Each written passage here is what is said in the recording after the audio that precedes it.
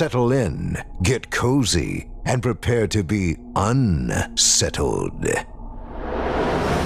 It's time to turn off the lights and turn on the dark. Chilling tales for dark nights.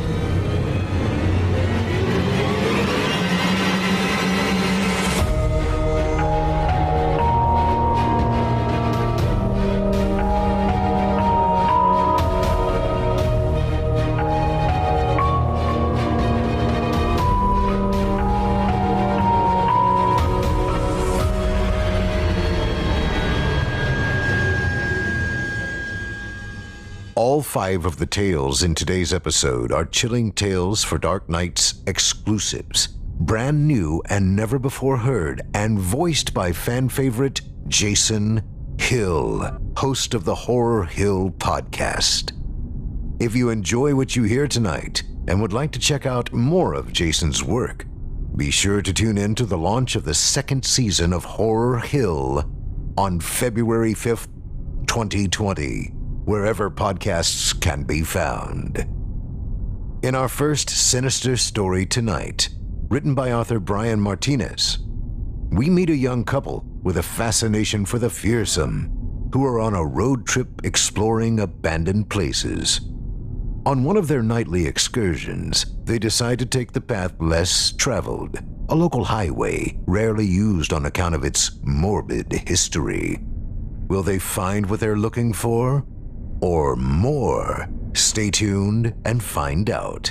Without further ado, I present to you Broken Down Road.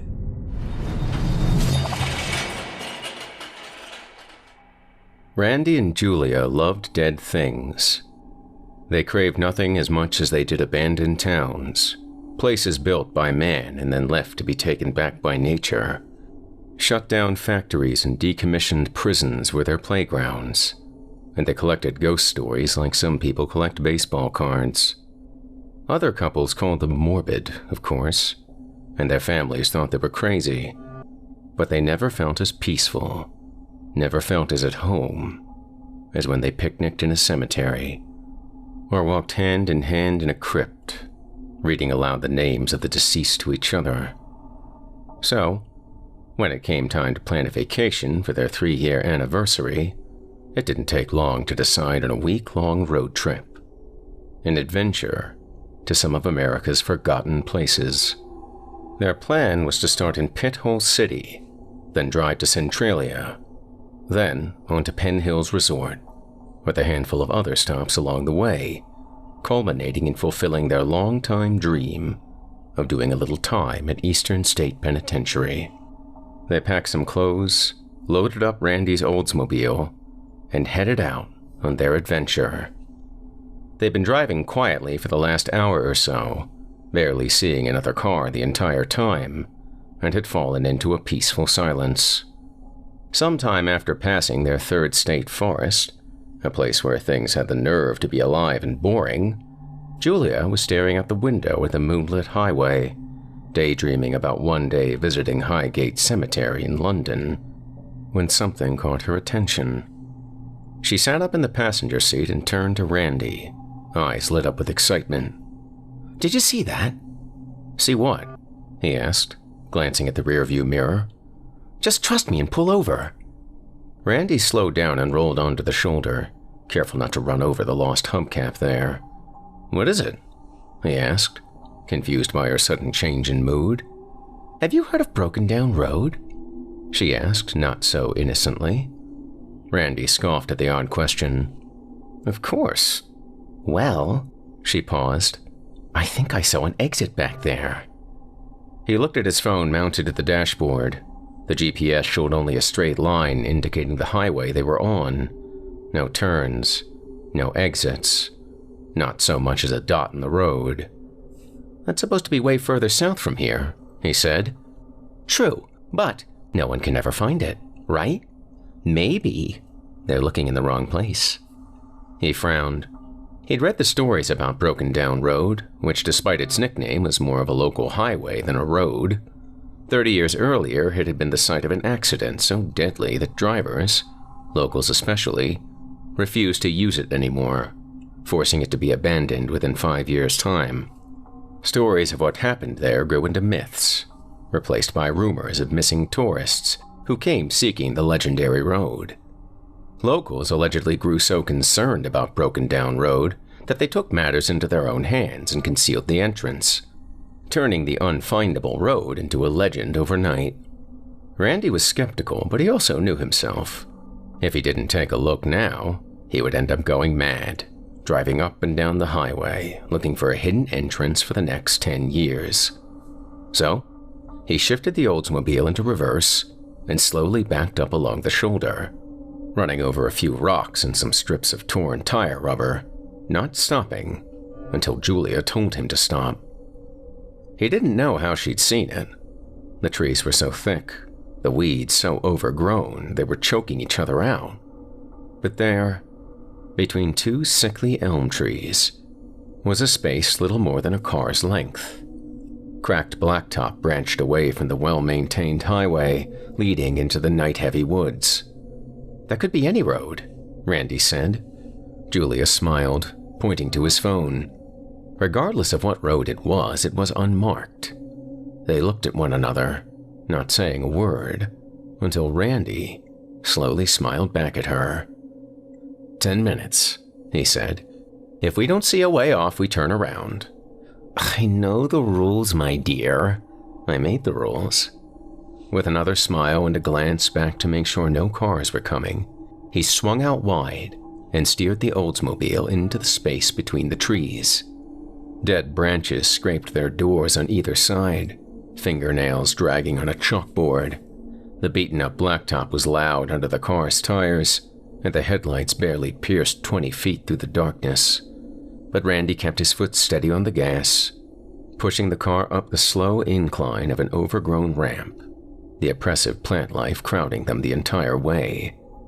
They shared a breathless minute, dried leaves scratching along the Oldsmobile's roof, but at the end of it, they were greeted by a beautiful sight.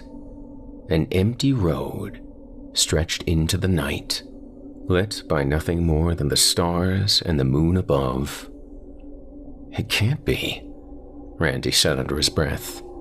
Julia reached out and squeezed his leg, barely able to contain her excitement. One way to find out, right? I guess so, he said, and pressed down on the gas. The road was surprisingly smooth compared to the ramp they'd taken to reach it. The blacktop was in good condition, with only a few cracks and potholes to speak of. Randy was careful to drive around them, maintaining a low speed despite his urge to open up on the road, where no one was there to stop him. Their adventure had taken an exciting, unexpected turn. And yet, something bugged him about the situation. Julia, who'd been taking picture after picture on her phone, felt his hesitation and asked him what was wrong. How was this so easy to find? He asked. I mean, if it is Broken Down Road. Julia thought about it, her phone lowering. There were some really bad storms around here a few days back. Maybe they uncovered the entrance. Maybe, he said, still not convinced. And yet the question moved quickly to the back of his mind as he looked around at the treasure they'd uncovered, their hidden playground. The road looked as if it hadn't been visited by a single soul in decades. Not until they'd stumbled across it. There was no divider to speak of, only a faded line at its center, little more than a whisper of white reflected in the car's headlights. An impenetrable wall of trees crowded either side of the road, guarding the road, and them, from sight. I think there's a river pretty close to here, he said, squinting through the trees. A hitchhiker drowned in it a while back. As his eyes adjusted further down the road, to a shape just barely visible in the distance, he heard Julia say something. Well, that's weird. My phone shut off, she mumbled to herself. But Randy couldn't pay attention to her just then, because his focus was outside of the car. Outside, and a bit further down. About 100 yards ahead of them, a man stood perfectly still at the center of the road. As Julia struggled with her phone, Trying to get it to turn on again, Randy let his foot off the gas and let the car coast. He wanted to say something to Julia, but he didn't want to scare her. The man in the road remained still, either oblivious to the car or standing in defiance of it. Closer now, Randy could see that the man was facing away from them. He wore a dark suit with red shoes, the collar of his shirt sticking up from the jacket. Only 20 yards away from him now, Randy brought the car to a complete stop. Julia finally looked up from her dead phone. "What are you—" she started saying, but her voice cut out when she saw the man in the road, not moving, not facing them, not doing anything, but blocking their way. "Randy?" she said. "I know." "No, he might need help." "Randy," she repeated, her voice quivering this time. "Look at his feet." He looked and immediately wished he had not. Randy had thought the man was wearing red shoes, but in fact, he wasn't wearing shoes at all. His feet were bare, no shoes or socks on them. The skin had been shorn clean off, leaving behind a mixture of raw muscle and bloody flesh, pink and white and puddled red. "Call the police," he said quietly. Just as he did, his phone shut off as well. Randy ripped it from its mount and pressed the power button, then gave it an angry shake, but it remained powerless, the screen dark and cold. "You need to get us out of here," Julia said, her body twisted toward him, wide eyes pleading. The surprise stop had taken a bad turn, and their adventure was suddenly no longer fun. They either needed to keep going or turn around. Anything but sit in the middle of an abandoned road and stare at a man with skinless feet. "Where did he go?" Randy asked. Julia snapped forward in her seat, seeing what Randy saw. The man was gone. He'd vanished, leaving behind 2 perfectly formed footprints in the middle of the road, both painted in dark red blood. A blink later, and those were gone too. Randy felt it before he saw it. The face in the driver's side window, half red, half white, the left side torn clear off. Julia screamed. The sound was deafening in the confined space. Randy fumbled so hard for the gas he missed the pedal, the shoe slipping off, then aimed again and stomped it like he meant to crush it. The car lurched forward, rocketing away from the man with half a face. Julia looked back and shouted something like, "Oh God, he's not alone!" Except Randy barely heard anything but the heartbeat pummeling his eardrums. His knuckles were white as he squeezed the steering wheel and tried to keep control of the car, pushing its old whining engine as hard as it would go. "What the hell was that?" Julia asked, tears choking her vision. I don't know, was all Randy could think to say. He looked in the rear view, then the side view, but saw nothing, except the darkened road slipping past. No bloody footprints, no man with half a face. They tried to calm themselves, come up with a plan. They would drive as long as it took to find the next exit, they decided. No turning back, no slowing down for anything short of a brick wall.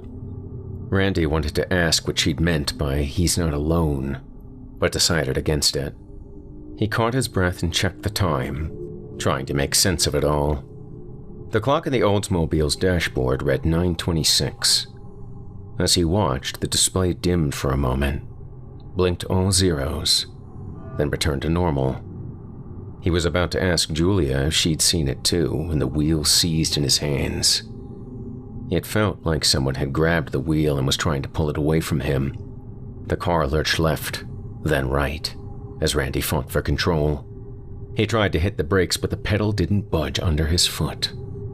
The car careened down the dark road, the headlights swaying left and right in the night, as Randy wrestled with the wheel. He saw the line of trees up ahead, drawing closer every second, and knew in his bones, that whatever he was fighting with wanted them to meet those trees, to impale the car on them. His hands clenched the wheel, arms shaking from using all their strength. He started to think he needed to brace for impact, to prepare for the unavoidable. Before he knew what was happening, Julia took off her seatbelt, reached over, and turned the key in the ignition. With the engine cut, the Oldsmobile coasted along the road, the wheel still pulling them left and right until finally they crawled to a stop at a harsh angle, halfway between the lanes. Randy and Julia watched the steering wheel turn on its own for a few seconds, still trying to make them crash, before finally falling still. Then they looked at each other. Both of them were sweaty and pale, both breathing heavily, both looking as if they were about to throw up. "That was good thinking," he said, and she blinked. "Thanks." "What did you mean back there when you said he wasn't alone?" The car came alive with the sounds of fists pummeling the glass. There was no one around them, no one on any side of the car. And yet it sounded like a crowd was beating the windows and kicking the doors, an angry mob trying to rip them out of the car. Randy checked the door locks as Julia covered her ears, trying to shut out the din of furious smashing and screaming. Randy looked around, assessing their situation. They were trapped. Really trapped. Turning the car on meant crashing. Staying there meant being attacked by an unseen horde. Getting out meant, well, he wasn't about to get out, not anytime soon. Not while the pounding and scratching continued. The best option, the only option, was to wait out the attack. He distantly remembered how he used to like dead things, but that idea seemed about 1,000,000 miles away just then, or however far they'd traveled down broken down road. Then he heard it. The unmistakable crack of glass. "There!" Julia shouted, pointing at the hairline fracture in the rear windshield. As unseen fists continued to beat on the car, the crack grew longer and longer, branching off like arteries until the whole sheet threatened to smash in. Randy stared at Julia, not knowing what to do. "Just go," she said. "Anything is better than here." There was no time to argue. The rear windshield collapsed inward, 1,000,000 bits of safety glass exploding across the rear seats. Randy twisted the key, turning the old engine over on the first try, and floored the gas pedal, getting them the hell out of there.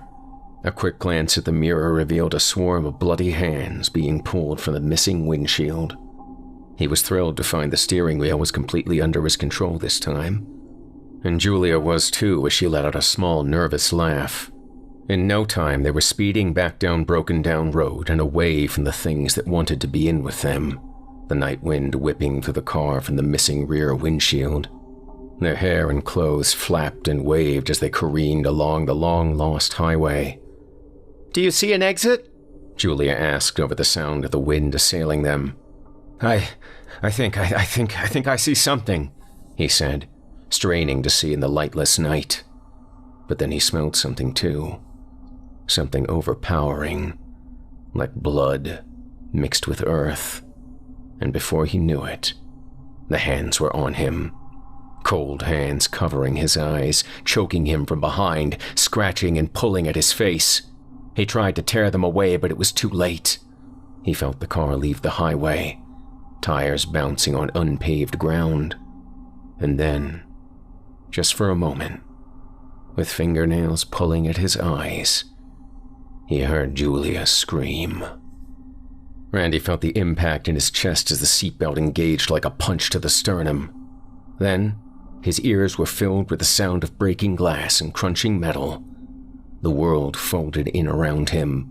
The hands on his face disappeared as quickly as they came, leaving him to gasp for breath as his vision came back, and the car settled into its new, mangled shape.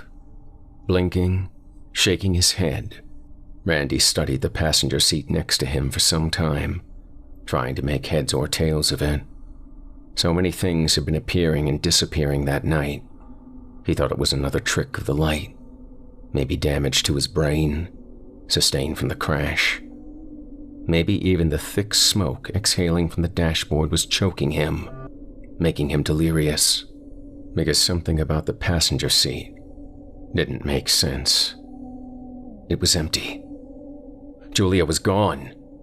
He didn't know whether to trust his own eyes or even his mind. Had she not been with him on the trip? Were his memories of talking with her and being next to her all false? Just more damage from the crash? But there was one sight, one image, that brought everything into instant, painful focus. Her seatbelt. She'd taken it off before the crash. Randy became aware of a cold draft whispering across his face. He turned his sore neck to look at the windshield, at the massive hole in the passenger side. Then he looked through it, to the billowing smoke rising from the car's hood, and to the woods beyond. There, at the foot of a moss-covered pine, Julia lay face up, arms at her sides, as simply as if she were reclined on their couch back home. "Oh, my God," Randy said over and over, clawing his way out of his seatbelt and focusing upon his crumpled door. He ran to her, mumbling prayers the whole way until he collapsed in the dead leaves next to her and shook her. The breath caught in his chest as he prayed and shook, prayed and shook. Slowly, she opened her eyes. It was a miracle, and he laughed. She sat up despite him telling her not to, and she looked around at the woods, then at the highway, as if she'd never seen them before. The smell came again to Randy's nose, the smell of death. Then, he saw the faces in the trees, staring at them, emerging from the shadows of the pines. Even though he knew he shouldn't move someone so soon after an accident, he decided the alternative was much worse. He helped Julia to her feet and brought her up onto the paved road, leaving behind the ruined Oldsmobile. With an arm around her waist, he started walking her down the highway, away from the people coming from the trees and the others in the road, some with missing arms, some with burnt clothes and skin. He didn't know how long it would be until the next exit, but he wasn't going to stop until they reached it. The burnt and bleeding crowd shuffled slowly behind, though he tried not to look at them. After a few minutes of painful walking, Randy heard a sound through the trees on the other side of the highway. It took some time to place it, but soon he realized what it was. The river. The one they talked about earlier. It was close by. Closer than the exit that wouldn't come. And then something kicked in the back of his mind. A tiny thought. A single fact repeated in so many of the million ghost stories he'd read and collected over the years. An ancient, time-tested rule to offer protection from the dead. "Running water," he shouted proudly. "They can't cross it!" He didn't wait for Julia to agree with him. He just grabbed her hand and started running toward the river, weaving between trees and jumping over rocks. Julia kept up, letting herself be pulled toward what might be their only escape. She didn't complain about her injuries or let them slow her down. Before long, they emerged from the other side of trees to find a wide river rushing through the moonlit night. It was swollen from the recent storms, the waters flowing dangerously fast, threatening to carry them or anyone away with one misstep. Randy let go of Julia's hand so he could step in properly before turning back to help her in. The water was frigid, soaking his shoes and pants instantly. "Come on," he called out, breath already shaking. "They're coming!" From the woods, emerging from between the old knotted trees that held back the waterlogged shoreline, broken bodies stepped into the moonlight. A woman in a faded yellow dress, burnt a little more than charcoal from the waist up. An older man, a truck driver from the look of his clothes, with a horribly broken neck that allowed his bloodied head to flop around. 2 little children, 1 boy and 1 girl, whose shattered bodies barely held them up on blackened legs. Standing in the bitterly cold water, the heat draining from his body, Randy had a thought so strange, so foreign. It was as if it weren't his own, as if he turned into a hidden radio frequency, a code buried in the airwaves. It was the thought that Broken Down Road had been so easy for them to find that night for a reason, because they hadn't found it. Rather, it had found them. It had appeared to them by its own choice, its own volition. The playground, seeking the toys. Body temperature dropping, blood going cold, Randy understood the truth of Broken Down Road. It was always easy to find, when it wanted to be found. He shouted for Julia to get into the water as more and more destroyed people came out of the trees. Julia, beaten up badly from the crash, stood above him in the night, pale and beautiful and his to protect. And yet she didn't move, didn't join him in the freezing cold water. She didn't even look scared anymore, just bloodied and discolored. He looked down at his hand, the one he'd been offering to her, and saw how much of her blood was on it, cold and coagulated. As Randy looked back up and watched the hands reach out for him, Julia among them, her bloodied fingers beckoning him to come back, to join her and the others on land, he suddenly knew the truth, that she couldn't set foot in the river, couldn't even touch it. The dead couldn't cross running water, and soon, neither could he.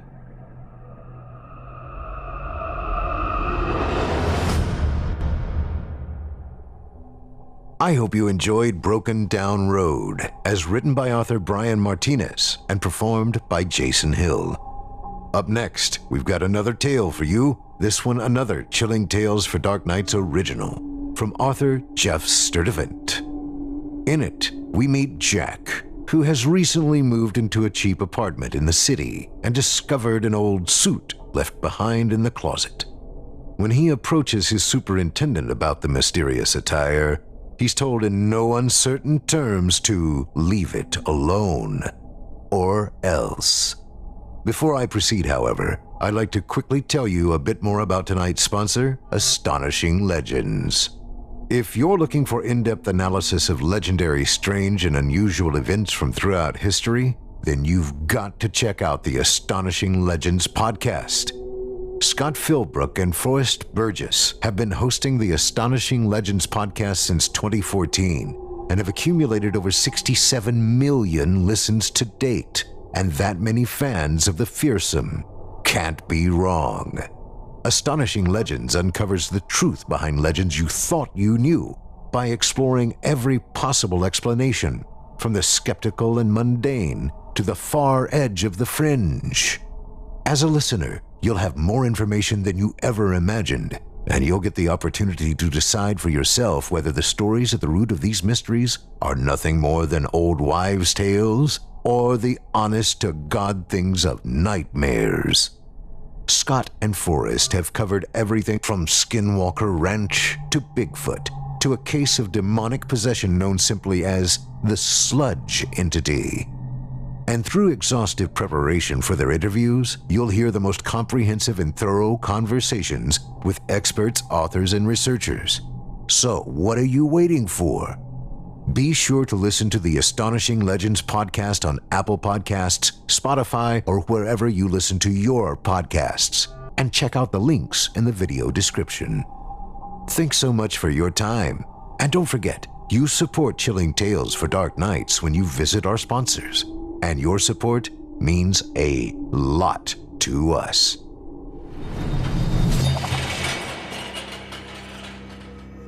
Now that we've done our part to refer you to some additional nightmare fuel, allow me to amplify your insomnia with another terrifying tale from author Jeff Sturtevant. As performed by Jason Hill, I present to you The Black Suit.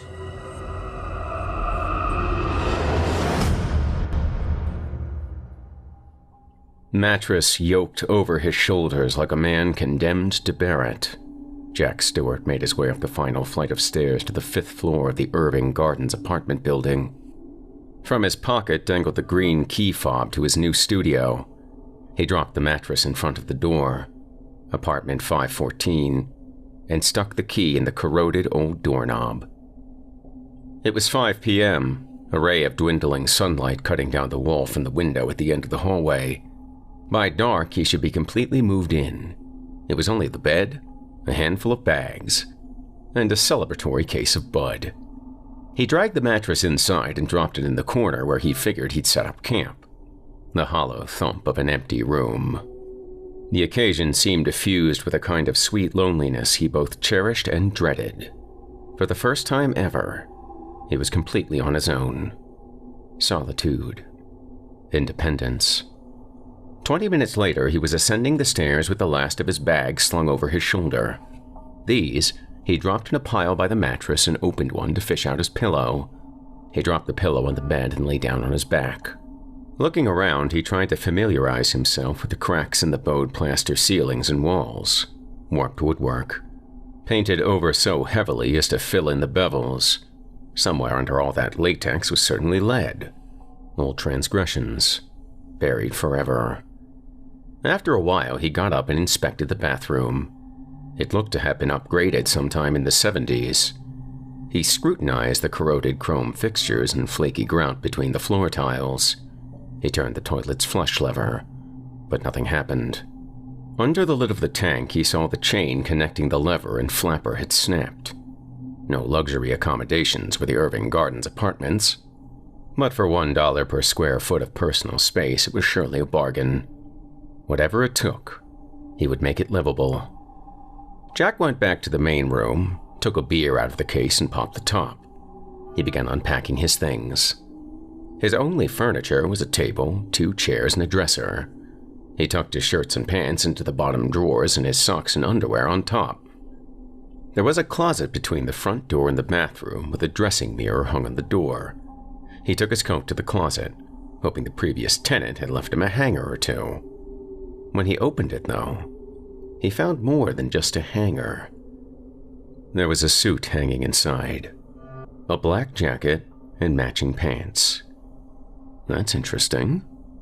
He unhooked the suit and brought it out to have a look. He was no expert on formal wear, but he thought the suit looked pretty nice, if not a little out of style. Fine-looking fabric, whatever it was. He checked for the make, but there were no labels in either the collar or the pants. Feeling faintly silly, he brought the jacket to his face and sniffed. It looked brand new, but was still a little musty from closet time. Must have been in there for quite a while. Jack hung the suit back up, folded his own jacket, and tucked it up on the top shelf. He fished the business card out of his pocket, the one Al gave him, along with his room key earlier in the day. Al was the superintendent, an ex-prizefighter and lifelong handyman in his 70s. He'd been living and maintaining this building for 40 years. There was a good chance he'd laid down a lot of that lead paint himself. He'd lost his wife 35 years ago, he'd said, and lived here alone ever since. He must know who the suit belonged to. It was also a good excuse to summon him about the minor toilet problem. Jack leaned against the closet door and dialed Al's number. "This is Al." It's Jack. The guy in 514? "Aye. Let me guess. The toilet." Jack chuckled. "So you already know about it." "Well, I got to get to the hardware store. I was gonna quick fix it with a pull chain for the closet light, but I thought better of it." "Hey, speaking of the closet, what's the story with the suit in there? Do you know?" "Right, aye. The suit. Forgot to tell you about that." After a little weird pause, Al cleared his throat. "Just leave it be, if it's all the same to you." "Whose is it?" Well, it isn't exactly anybody's. Just think it's part of the apartment. You know what I mean? Like part of the apartment's history? Another pause, this one a bit longer. Kinda like that. If you could just leave it be, I'd appreciate it. You don't bother it, and it won't bother you. Satisfied? He was anything but satisfied. Al's response had only made him curious, but the conversation was getting uncomfortable, so he decided to let it go. Fair enough, Jack said. Thanks, buddy. I'll get to the store tomorrow. Probably pick up a bunch of them chains. Seems like everyone's rusting up. Hard water and all that, you know? Ha! Gotcha, Jack said. Thanks, Al. Jack hung up. He polished off the beer and uncapped a second. Nothing like a few drinks to make you feel more at home, even in a 100-year-old studio with a mysterious suit in a closet. A suit that wouldn't bother him if he didn't bother it. What a mysterious thing to say about a suit. A few beers later, and he was hooking up his VCR to the TV. A box set of Columbo episodes to continue the evening's mystery theme. He unpacked his toiletries, showered, and brushed his teeth. He piled his luggage to make an impromptu sofa and settled in to watch TV. By his side, the empty beer bottles accumulated. 3, 4, 6, 8. The sweet sense of loneliness, turning only to sweet. 3 episodes into the first season of Columbo, Jack was snoring soundly into a pile of linens. Jack woke sometime in the night with an odd sense of foreboding. It was quiet in the city streets below. Yellow arc sodium lamplight cast a strange, long shadow across the floor and onto the wall. He turned his head. He froze. There, in front of the window, stood the form of a headless man. It took him a moment to recognize what he was looking at. It was the suit. The weird old suit from the closet. Standing there like someone was wearing it. Like it was looking out the window. Am I dreaming? Hallucinating? He watched silently, both he and the suit unmoving. Had to be a dream. A drunken, exhausted dream brought on by his uneasiness in the new apartment. But no, he was wide awake. That left hallucinating. Was he a schizo all of a sudden? Should he add that to his list of problems? Or was it a ghost? There is no fucking way, he said. Seizing on a moment of courage, he rolled out of bed and made for the suit. Whether he meant to grab it or tackle it, he didn't even know. He was 21 years old and he wasn't going to be spooked like a little kid just because he was alone in a new place. He dashed for it. But by the time he got to the window, the suit was lying on the floor, its ghostly contents apparently emptied. He just stood there for a minute, half relieved, half confused, looking down at the crumpled heap. He checked his watch. 3:15 a.m. Don't bother the suit, and it won't bother you, huh? Jack didn't know what the hell had just happened, but this much he did know. The suit bothered him. Jack gathered it up, holding it like something soiled. He opened the door and walked down the hall and stuffed the suit into the trash chute. He shut the door and went back to the apartment and washed his hands in the sink. Feeling silly for doing so, he examined the room for any ghostly ephemera he might have missed. Satisfied, he took one more beer from the case and stood drinking it by the window. He looked outside, saw the dark silhouette of the meat plant on the edge of town, the blinking radio tower, the old billboard overlooking the highway near the police outpost. What the hell had just happened? He set the empty beer bottle on the windowsill and went back to bed. Eventually, he fell asleep. When Jack woke up, the sun was strong in the window. His head throbbed. He checked his watch. 11:30 a.m. It was a minute before last night's episode came to mind. The whole thing felt like a drunken fever dream. How drunk had he been anyway? Turning to look, he counted the empty beer bottles arranged like bowling pins next to the mattress. All right, so I must have been pretty drunk. Jack peeled himself off the mattress and went to the closet and opened it. There was the suit, hanging where he left it yesterday. Just as he'd thought. The whole thing had been a drunken dream. In the wake of it, though, the suit still gave him the creeps. What was it about that thing? Jack showered and dressed and emerged on city streets in search of a strong cup of coffee. At the local coffee shop around the corner, he saw a familiar face behind a newspaper. It was Al, the super. "Hey, Al," Jack said. Al looked up from his paper. "Hey, buddy. I'll be there later to fix the flapper. Everything else okay so far?" "Slept pretty bad my first night, but I guess that's to be expected." "Ah, me too," Al said. "Got woke up round 3:15 by someone slamming the trash chute. Why on earth someone need to take out the trash at 3 in the morning? It's a mystery to me." "Wasn't you then, were it, buddy?" "No," Jack said. "Not me. My apartment's right under there. Work the trash chute that late and you're sure to wake me up. Something to keep in mind." "I'll keep it in mind." "Good," Al said. "As for the toilet, just give me an hour or two." "That's fine," Jack said. Al returned to his paper and Jack sat at the bar and ordered coffee. He gazed down at the sports section a previous diner had left behind, but he wasn't reading.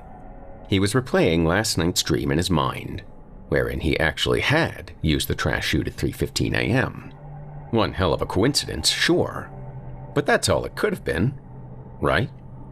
First of all, suits don't just walk out of closets and stand by windows. Second of all, it was right there in the closet. Coincidences happen, Jack thought. A couple of hours later, Jack was unpacking the last of his things.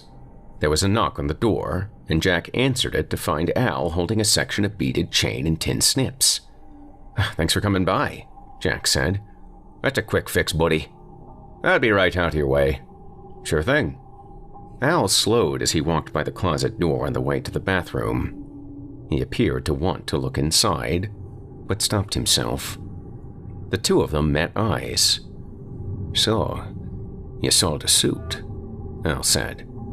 Of course he had, they'd already discussed it. "Why so mysterious about it, if you don't mind me asking?" Al gestured as though to brush it off. "Nah, nothing mysterious," he said. "Like I said, buddy, you just leave it be." "But why?" Al went to the bathroom and lifted the lid off of the toilet tank. Was he trying to ignore him? Jack wouldn't have it. He opened the closet and unhooked the suit. Displaying it like a haberdasher, he carried it to the bathroom and cleared his throat so Al would look. He did, with eyes suddenly wide. "What are you doing with that?" he asked. "Didn't I tell you to leave it be?" "I don't see the harm in it. Tell me what you know about it." "Why not just leave it be? Why are you so insistent that I leave it alone?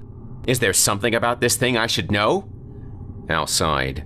It was pretty clear Jack wasn't letting this go. "Look, I don't want to freak you out, buddy. It's a strange thing is all." You're not gonna freak me out," Jack said. "I am not a kid. I just want to know what the big deal is." Al set down the tin snips and held up his hands in supplication. "Fine," he said. "Do you want to know, buddy? I'll tell ya." Creakily, the old man sat down on the edge of the bathtub. He regarded the suit in Jack's hands as something fundamentally offensive. "It's been here as long as I have," he said. "Everyone who ever lived in this room wanted to get rid of it. They'd leave it by the door, throw it out with the trash, whatever. But every time, it'd end up right back in the closet, all by itself. Don't no one knows the hows or whys of it." Jack paused. "That's impossible." "D'you think?" Al said. "But it's the truth. That's why I told you to leave it alone. Save you the trouble of getting spooked when you do the same thing. It's hard enough getting tenants in the old place, and once they get spooked, they all would run out on me." Jack searched Al's face for signs he was joking, but there were none. He glanced at the suit in his arms, then at the window where he'd imagined it standing in a dream. Then, for the first time, he noticed the empty beer bottle sitting on the windowsill. The one he'd put there before going back to bed. I can't believe it. It really happened. Al seemed to pick up on Jack's inner monologue. "You already tried getting rid of it, didn't you?" Jack looked back at Al. After a pause, he said, "It was me at the trash chute last night." Al let out a little chuckle, shook his head. "People tend to be afraid of what they don't understand. But there's no need to be afraid. That suit belongs in the closet. All he got to do is leave it there." "I guess it just kind of gave me the creeps," Jack said. "Oof. I hear you, buddy boy. But the last thing either of us needs to be thinking about is an old suit. So, why don't you just hang it back up, and we'll both put it out of our minds? Eh? From now on, just think of it as part of the woodwork." "Fair enough." Jack nodded. He returned to the closet and hung the suit back on the rod. It seemed to watch him as he closed the door. Part of the woodwork, he reminded himself. Al fixed the toilet and repositioned the lid. They shook hands and Al left. With that, Jack returned to unpacking. He put on the bedclothes, finished setting up his entertainment center, and unpacked the rest of his toiletries. The suit crept into his mind from time to time, but he forced the thoughts away. Just part of the woodwork. Don't bother the suit, and the suit won't bother you. Jack woke in the night to freezing cold. The drapes around the window were billowing in the wind. Had he left it open last night? It was freezing outside. Why would he have opened it in the first place? He threw the covers off, but stopped in his tracks. It was the suit again. It was standing by the side of the bed, not facing the window. This time, it was facing him. I'm not drunk. I'm not dreaming. I am not hallucinating. So what now? "What do you want from me?" he whispered. At first, nothing happened. But then, a kind of airy relaxation seemed to come over the suit, almost like it responded to his voice. "What do you want?" he asked again. It felt awkward, talking to something he didn't quite believe himself, but again, the suit appeared to respond. The shoulders slumped a bit. The cuffs ruffled. "Is there something you want from me?" The suit relaxed even more now. Where it had been mannequin stiff a minute ago, it now seemed outsized on something smaller. Gently, it began to drift. The arms folded inward. The pants folded lengthwise, then bent at the knees. While Jack sat trembling, the suit folded neatly, all by itself. Then it drifted slowly onto his lap. Jack didn't move. Moments later, the window began to close, the curtain relaxing on their rods. After that, everything was still. Jack checked his watch. It was 3:21 a.m. Jack looked down at the suit, unsure what to do next. The way it had presented itself to him seemed more like a gift than a threat. Was that what it wanted? This ghost, spirit, whatever, to give him the suit? Or was he supposed to do something with it? Put it on? The suit was roughly his size. But what would happen if he put on a haunted outfit? Still, he felt distinctly that this was what it wanted him to do. But why? Should I call Al? He checked his watch again. Bad idea. But there was surely no getting back to sleep tonight. He carried the suit to the table and popped the cap off a beer and sat drinking. He kept an eye around the room for more ghostly evidence, but it was just him in the suit. A few beers later, his nerves were suitably settled. He stared at the suit, wondering what to do. "All right," he said to the empty room, although he knew it wasn't truly empty. With the subtle sensation of being watched, he dropped his shorts. He unbuttoned the pants and slipped them on. He stood and looked down at them. They fit just right, even without a belt. Then he took the jacket, slipped it on, and buttoned it up. He looked in the dressing mirror. Not bad, he thought. So, what now? He waited for a minute, but nothing happened. Stillness in the room. Nothing ghostly. Nothing revelatory. Starting to unbutton the jacket, he glanced back in the mirror. Well, that's weird. The reflection in the mirror was somehow brighter than the room itself. In the window behind him, the setting sun cast an orange glow. He turned around, but the night was black as ever. Back in the mirror, it looked more like late evening. So vain, Charlie. When he turned again, the whole room looked like it did in the mirror. There was a woman there, an attractive brunette in an evening gown. She looked set to go out in the town. So did he realized. "I'm so happy you came, darling." The woman embraced him, a soft waft of perfume. He embraced her back, but not of his own doing.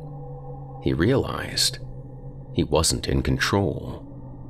And the room, he noticed, was nothing like it had been.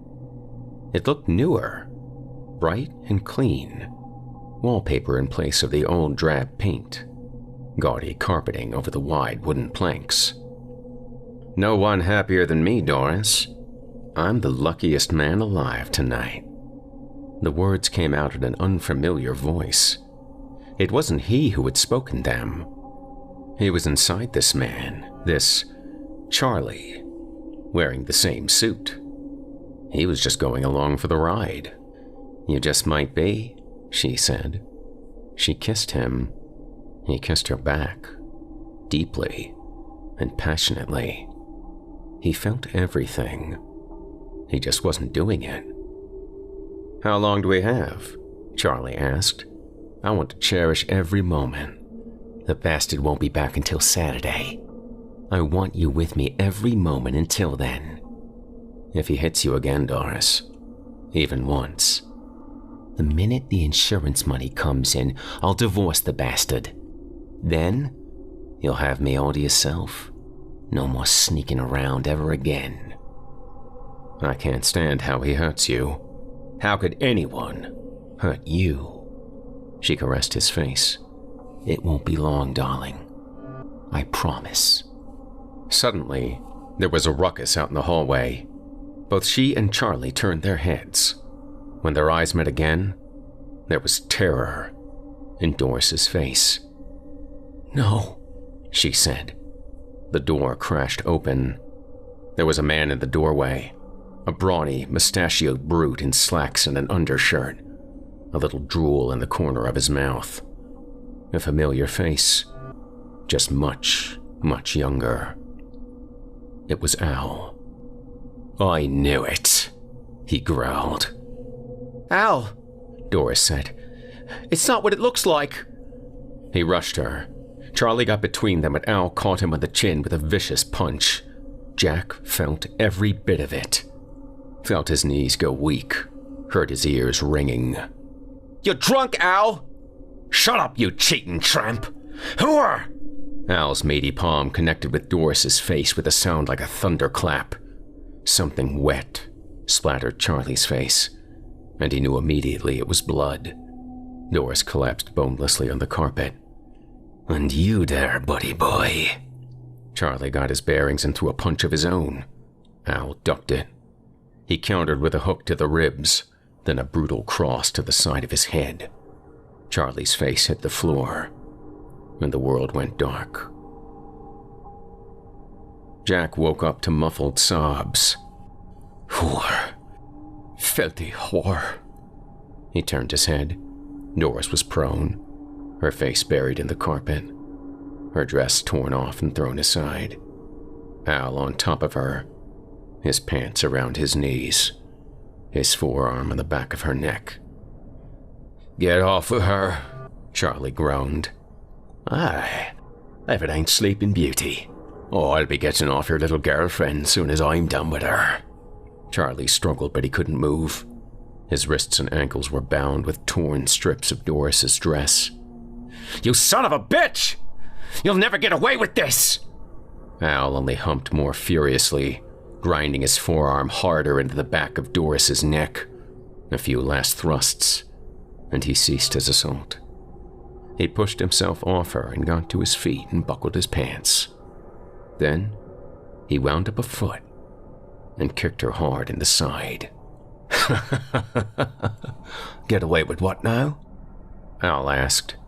Making love to my own wife. I haven't even gotten started with you yet, buddy. Just leave her alone. Please, Al. Grinning, Al walked to the kitchen area. From a drawer, he extracted a large rolling pin. He weighed it in his hand, gripped it by a handle, and swung it like a bat. Jack's heart and Charlie's heart were one, racing in his chest. Oh, I'll leave the both of you alone. Don't you worry about it, buddy. Alone in a goddamn hole. Please, Al. Don't do anything you're going to regret. Regret? He turned to look at his wife, battered and bleeding on the carpet. Think she regretted all the running around she's been doing. Not until tonight she didn't. I'll bet she regrets it now, though. Don't you think? Buddy boy. I know what you do to her, Charlie said. I see the cuts, the bruises. How can you blame her for trying to get away from you? She's my property! Al brought the rolling pin down in the middle of her back with a sickening thump. Doris screamed. The blow seemed to leave an artificial arch where there wasn't one before. Stop, Al! He brought it down again, this time on her right shoulder, then again on her left. With each blow, her body was thrown into unnatural contortions. The final blow, the hardest of them all, sunk into the back of her head. Their marriage, along with her agonies, promptly brought to a close. Oh, God.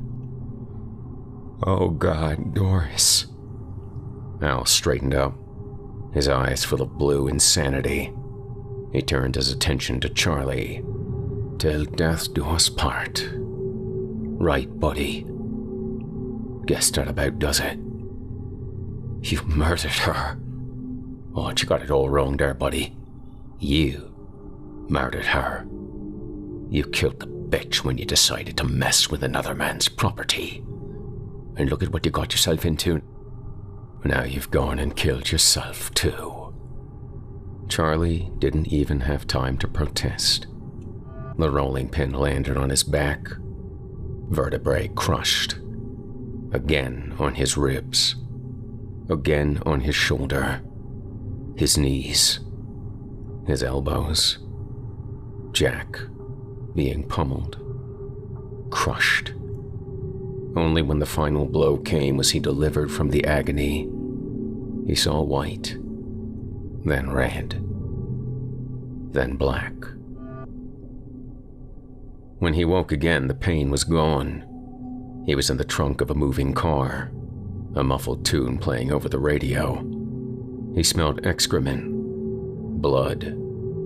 He felt the car turn, then the rumble of gravel underneath. Soon, it came to a stop.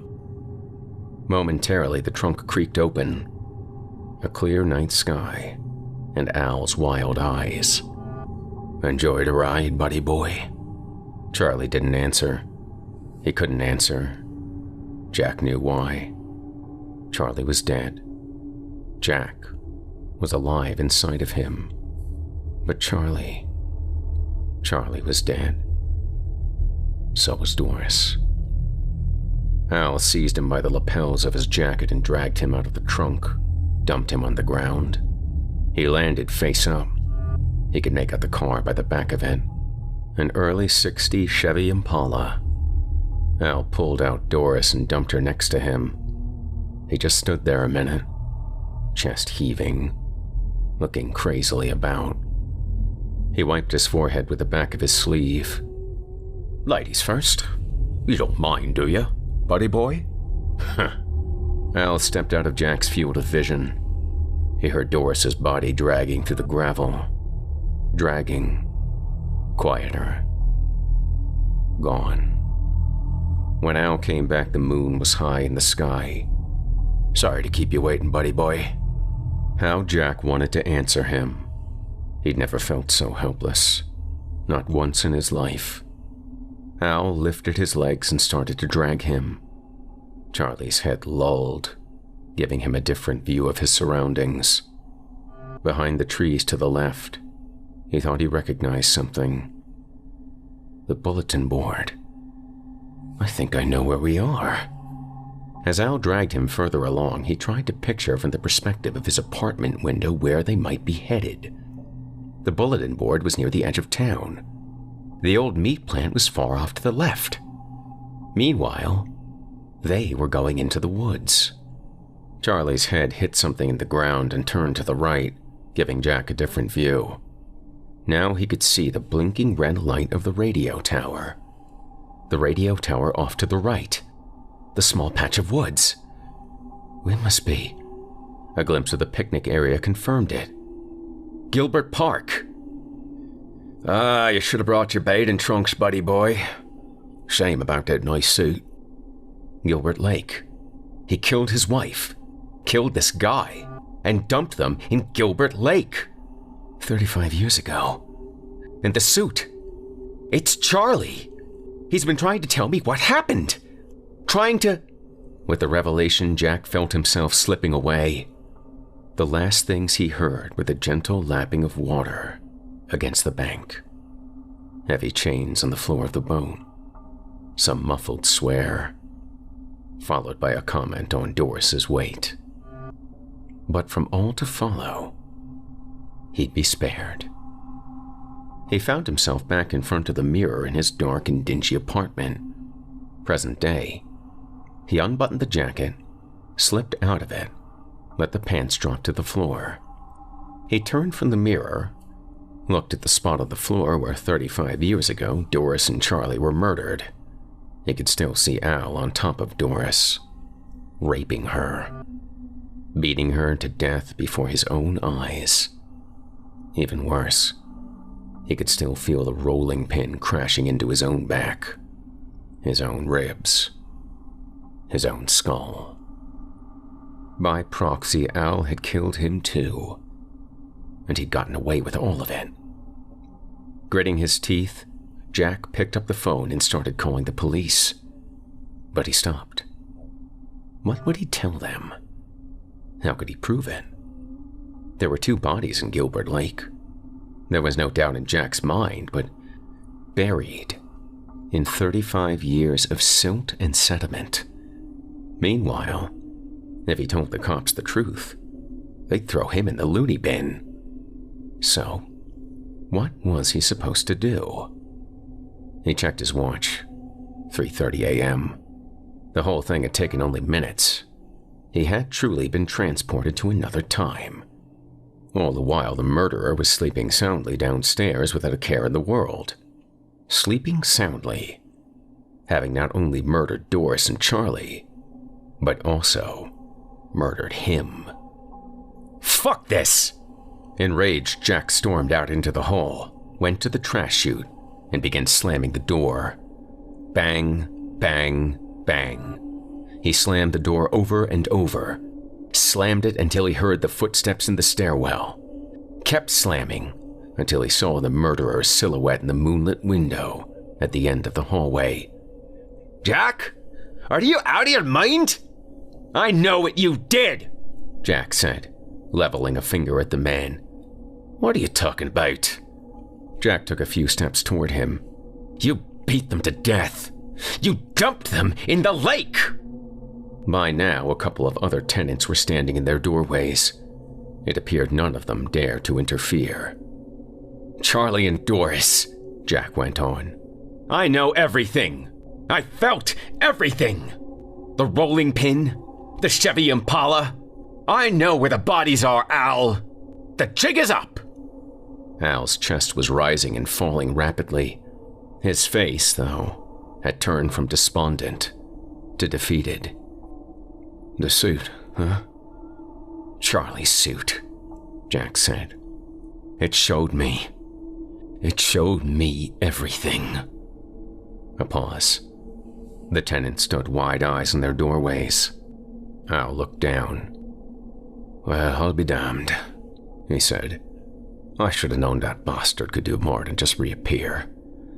Hell, I'd have kept that room myself if I knew it. Damn suit just gave me the creeps. How could you have done that? You murdered them, Al. You got no idea what you put me through, Jack. The cheating, the running around. I was just so angry. You beat her, Jack said. You beat her. You raped her. And you killed her. And I can prove it. It's over, buddy boy. Al was pacing the end of the hallway. You know, after 35 years, you'd think you're pretty much home free. He chuckled ironically. But a fellow my age ain't exactly fit for prison. Another door opened then. At least 5 sets of eyes on Al now. Jack was grateful for them, in case the desperate old man decided to try something. Didn't complain though, Al continued. I had a good run while it lasted. There's just one more thing you need to know. Something I'm sure old Charlie didn't tell you. What's that? Asked Jack. Toilet chains are on my desk. You help yourself. With that, the old man turned and ran for the window. Stop! Shouted Jack. But it was too late. He crashed through the glass head first. When Jack reached the window, he saw the broken, writhing figure 5 floors below. Blood gathering in a pool around him, his arms and legs broken and bent at odd angles. He remembered the way Doris had looked after he'd beaten her. 35 years it took. But Al had proved Charlie right. In the end, he would regret it. It took Al 2 hours to die, but die he did. With no family or relatives to vouch for him, his body ended up in a cemetery for the unclaimed. Old transgressions buried forever. All set up in the apartment now, Jack popped a beer and sat on the couch. The suit was hanging back in the closet where it belonged. He could get rid of it if he wanted to, he knew. With Charlie's soul at rest, there'd be no reason for it to come back again. It was all right, though. The suit no longer gave him the creeps. No more walking around the apartment at night, bedside visits, etc. He'd even had it cleaned. History aside, after all, it was a pretty nice suit. Some suits just beg to be worn, Jack thought.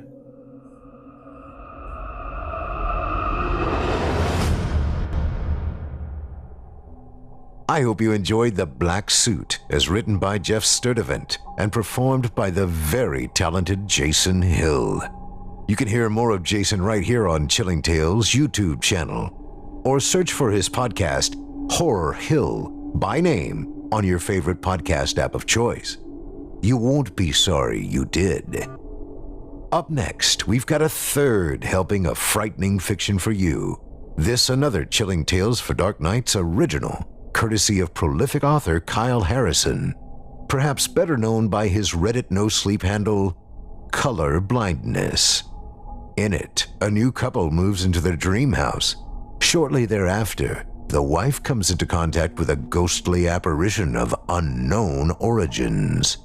Will her efforts to ignore and eventually confront this spirit lead her to answers? Or to discoveries far more grisly?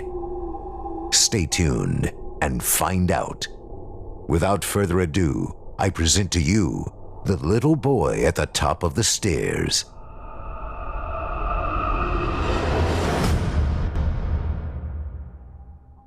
It was only a faint giggle at first. It started last March, a week after we moved into our new place. We came to Camden to start over. My husband Ted had just lost a job up near Little Rock, so going back to where we both grew up made the most sense, especially since the housing market is fairly reasonable here. The tough part was already done before we got there. I had scoured Zillow, Realtor.com, Trulia, you name it. We had about 7 different options, but the one near the old water tower felt special to me. When I looked at the old brick and the cobblestone pathway, I had a connection to them. The virtual tour showed me an open den connecting to the floor, a spacious basement, and even extra rooms on the second floor. Maybe we could turn one of those into a nursery soon. Ted teased as I showed him. We'd been thinking about having a family for quite some time, and the more I looked at the prospective house, the more I was sure this was the place for us. I felt at home there, even though I had never stepped foot into it. Like it was a part of me.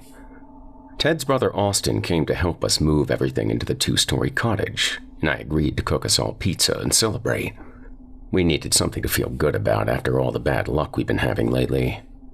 "Ted, have you seen the pots and pans?" I asked as they moved the couch into the den.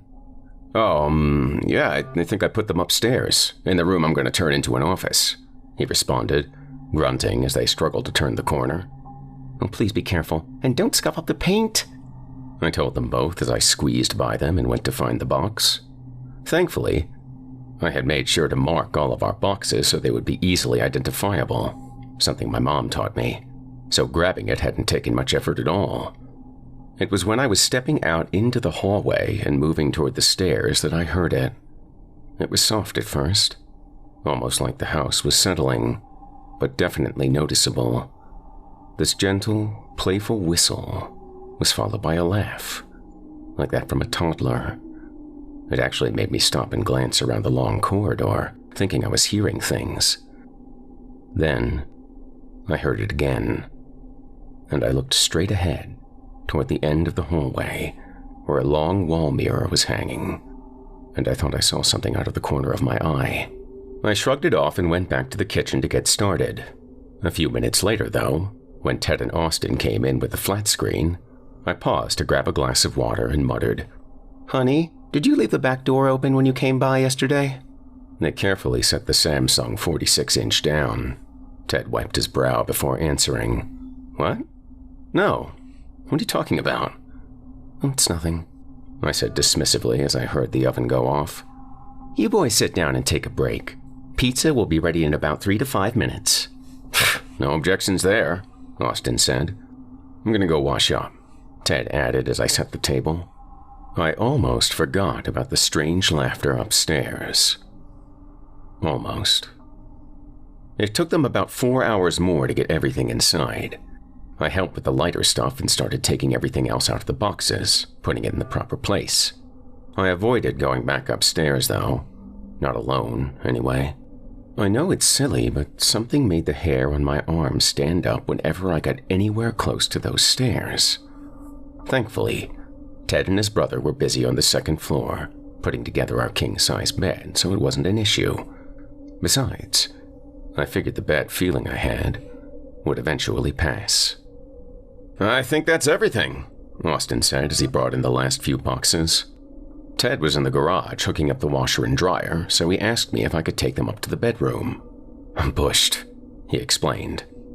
I couldn't think of an excuse to avoid the stairs, so I went ahead and grabbed the boxes, slowly climbing the steps again.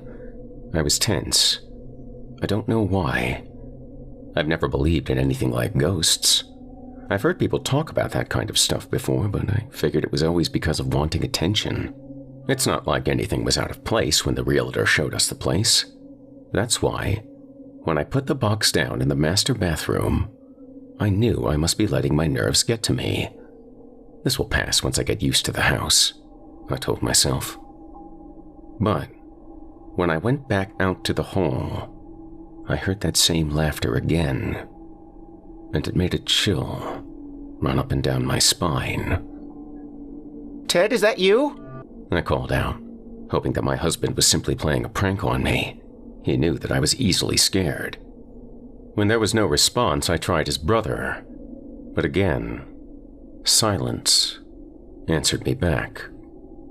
Then, a few seconds later, as I got to the first step going down, I heard that laughter again.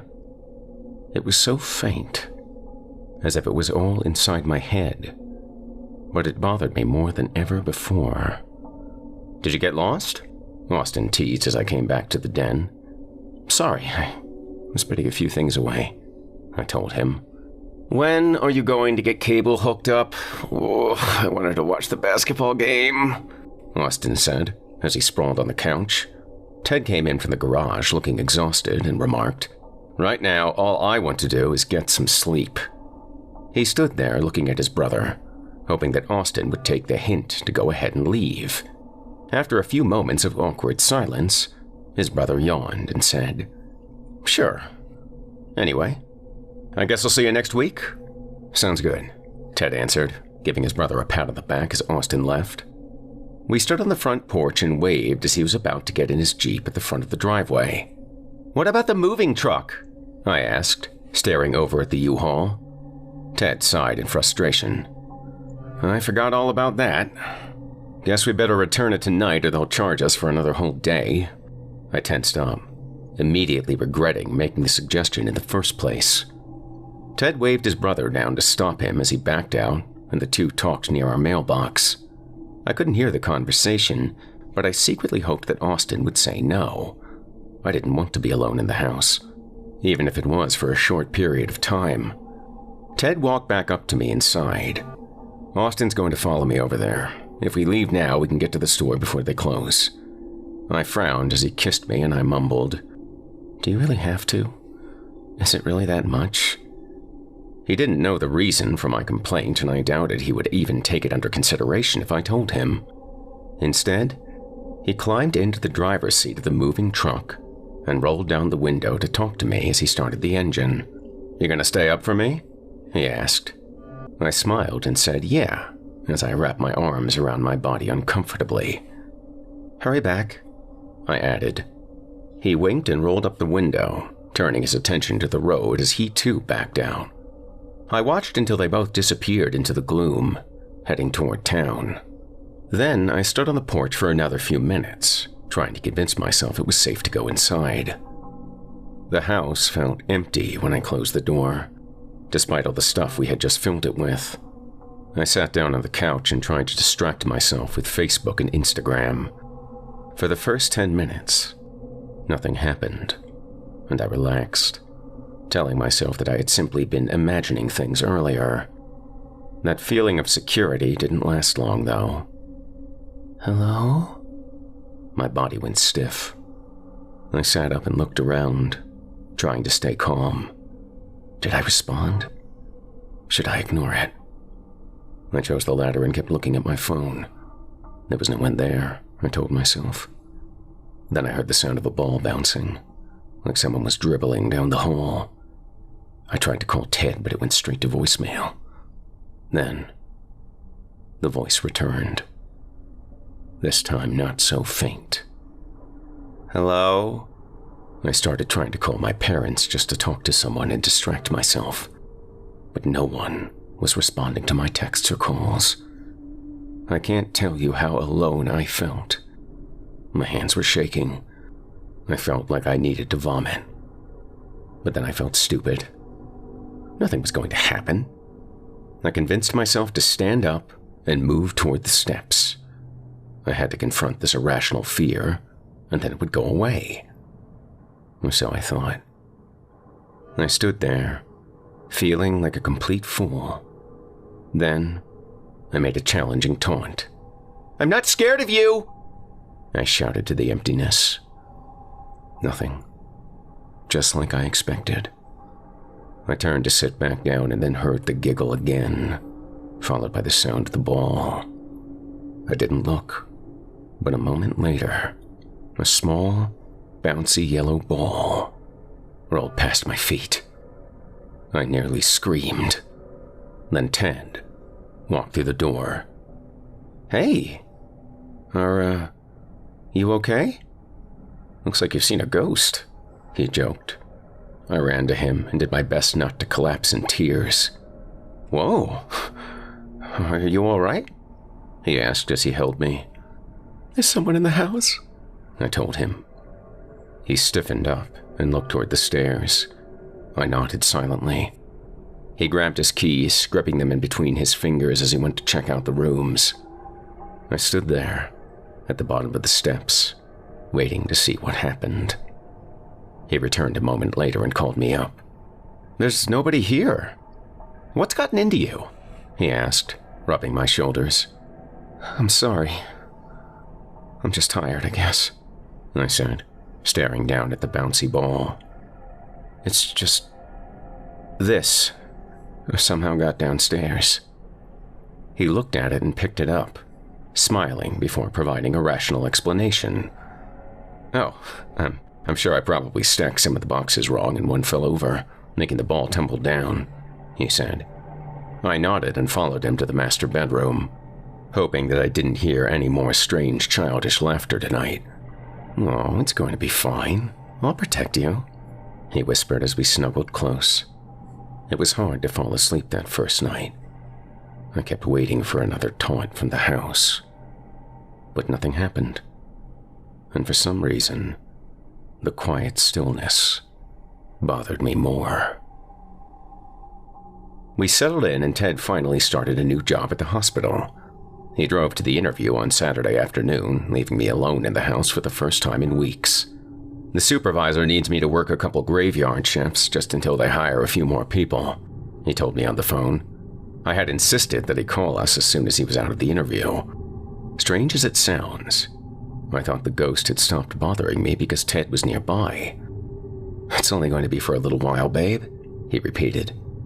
The news made me feel uneasy. Even though I had not heard the laughter again since that first night, I didn't want Ted to start working, especially not at night. "Isn't there someone else who can take those hours?" I asked as I slowly finished my chores. I tried to keep myself busy with anything while he was gone. "Babe, we need the money. Those few odd jobs and shit I sold on eBay isn't going to cut it," he told me. He was right, of course. I didn't need to keep living in fear. But the second I got off the phone with him, the laughter returned. The nightmare had started all over again. "I know what you're doing and it's not going to work," I told the ghost. "I'm not scared of you, and I'm not going to talk to you again," I said, letting my voice echo up the living room. So you can just leave." The spirit made no reply, but I would get an answer soon enough. Ted went to work that next Tuesday, leaving the house at around 7:19. I insisted he stay on the phone with me until he got there. My excuse was that it was storming and I wanted to be sure that he was okay. "Scared to be in the house alone?" he teased, picking up on my unease. I had finally talked the night before about the ghost and he had taken me seriously then. Spirits linger in houses for a variety of reasons. My mom said she saw one a lot when she was a little girl. "Has the ghost tried to hurt you?" he had asked as we cuddled together. "I just don't know what it wants or why this house picked me," I admitted. Sometimes they can offer important messages, warnings from the past, even visions of the future. Maybe you should confront the spirit the next time it happens. Get a feel of it, you know? It might be trying to tell you something," he suggested. That memory lingered as he prepared to step out the door, asking me if I was going to be all right alone. "I'll be fine," I said. I don't know if I was telling him or trying to give myself a pep talk. I figured I would draw myself a bath, watch a little Netflix, and then go to bed until he got home. Although I had promised Ted I would take his advice, another strategy had developed in my head. As long as I don't acknowledge it, it will just go away, I thought as I started the hot water. It can be so hard to feel like a prisoner in your own home. But I was determined to win this fight. Once finished, I grabbed a nightrobe and settled into the tub, letting the soap and soothing warm water relax me. I closed my eyes and put Rihanna on Pandora to keep me distracted. The music lifted my mood, and I gently cried, praying that tonight I wouldn't have a visit. I think someone was listening to that prayer, but it certainly wasn't God. As the first song ended, this strange, peculiar tune played instead. It sounded like a distorted version of Twinkle, Twinkle, Little Star. "Why won't you play with me?" My eyes bulged open and I stared toward the open door. There, In the hallway, I saw the silhouette of a small boy, probably no older than 3 or 4. I don't know how long we gazed at each other. Could have been hours. I didn't know what to do. And then, the boy repeated his question and pushed the door open. "What do you want from me?" I asked anxiously as he walked into the bathroom. He was wearing overalls and a Paw Patrol shirt, his blonde hair and soft green eyes reminding me a little of my father. "Play with me?" he insisted, and then ran into the hallway.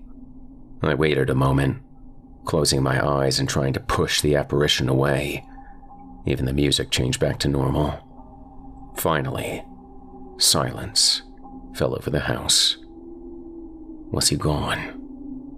I climbed out of the bath and slowly got dressed, carefully checking the hall to be sure that I was alone. I crept toward the master bedroom, hoping my demand for the spirit to leave had worked.